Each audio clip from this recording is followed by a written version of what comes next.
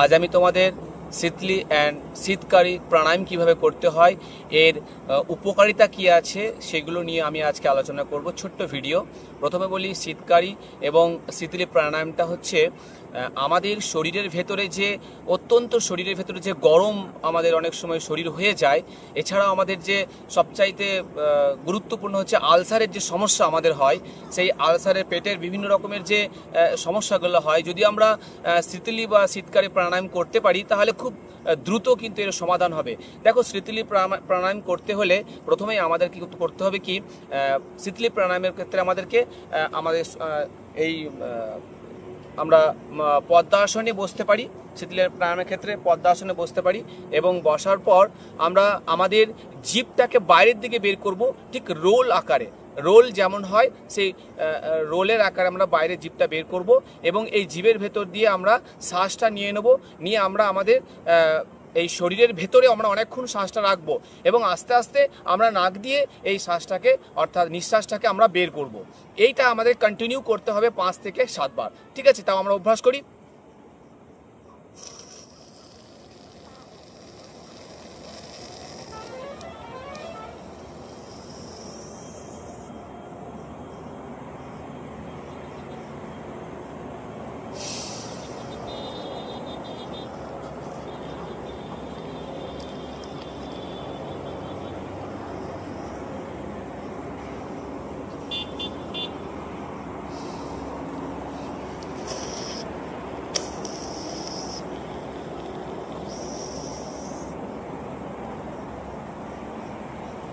এইভাবে তোমরা এই জিভের ভেতর দিয়ে তোমরা বাতাসটাকে আমাদের শরীরের মধ্যে প্রবেশ করাবে এবং আমাদের শরীরের ভেতরে আমাদের কিছুক্ষণ রাখবে।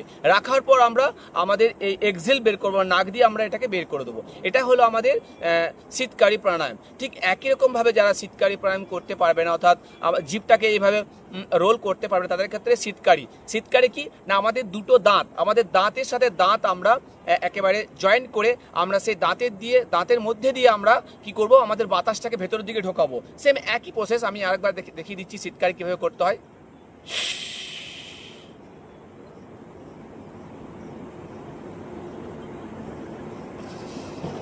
একই রকম দাঁতের মধ্যে দিয়ে আমরা এখান থেকে আমরা বাতাসটাকে ঢোকাবো এবং এখানে যতটা সময় দিয়ে আমরা রাখতে পারবো সেটাকে রেখে আমরা আস্তে আস্তে নাক দিয়ে বের করবো। এই আসনটা যদি আমরা অর্থাৎ এই প্রাণায়ামটা যদি আমরা ডেলি করতে পারি তাহলে আমাদের শরীরের পক্ষে অত্যন্ত লাভদায়ক। তাই আমি বলবো এই আসনটা আপনারা প্রত্যেকে অভ্যাস করুন। 8 থেকে 80 যে কোনো বয়সে এই আসন করা যেতে পারে।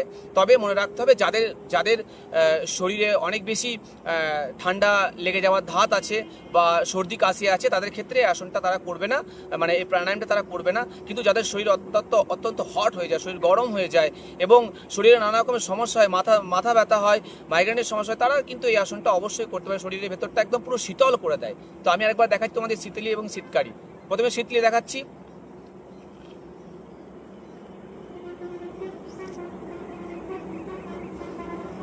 শীতকারী